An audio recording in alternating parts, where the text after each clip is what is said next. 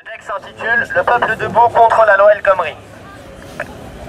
Nous sommes les milliers de travailleuses, travailleurs, précaires, chômeuses, chômeurs, retraités, étudiantes et étudiants, lycéennes et lycéens qui se sont levés contre la loi El Khomri.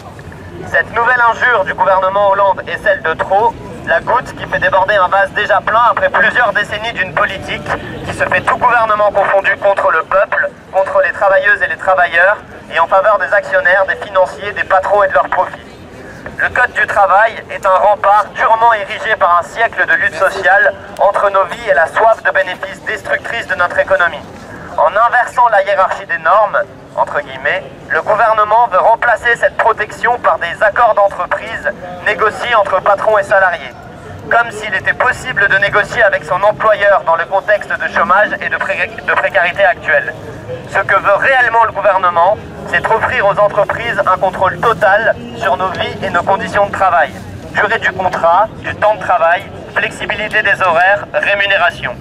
La loi El Khomri, les attaques particulières au secteur ferroviaire, hospitalier et la renégociation de l'assurance chômage sont les symptômes d'un système malade qui veut disposer d'une masse salariale que les pressions du chômage et de la précarité maintiendraient toujours plus inoffensives et malléables.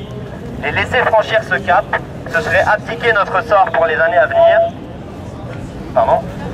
et entrer dans un engrenage où nos vies seront broyées.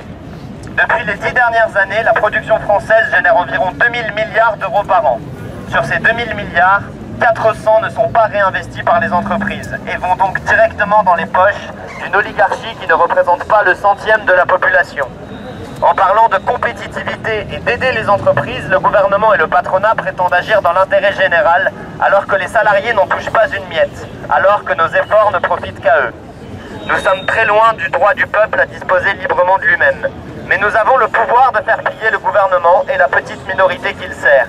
Il faut bloquer leur économie, leur transport, leurs usines et toutes leurs entreprises. Elles sont entre nos mains, en notre pouvoir. Nous ne nous laisserons pas déposséder de nos vies et de nos conditions de travail pour engraisser leur économie bancale.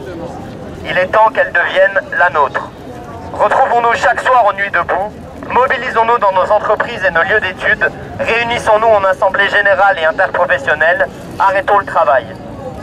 Rejoignons les travailleurs et syndicats intermittents, cheminots, hospitaliers et de tout secteur qui appellent à la journée de grève du 28. Faisons de cette journée la première d'une grève reconductible générale.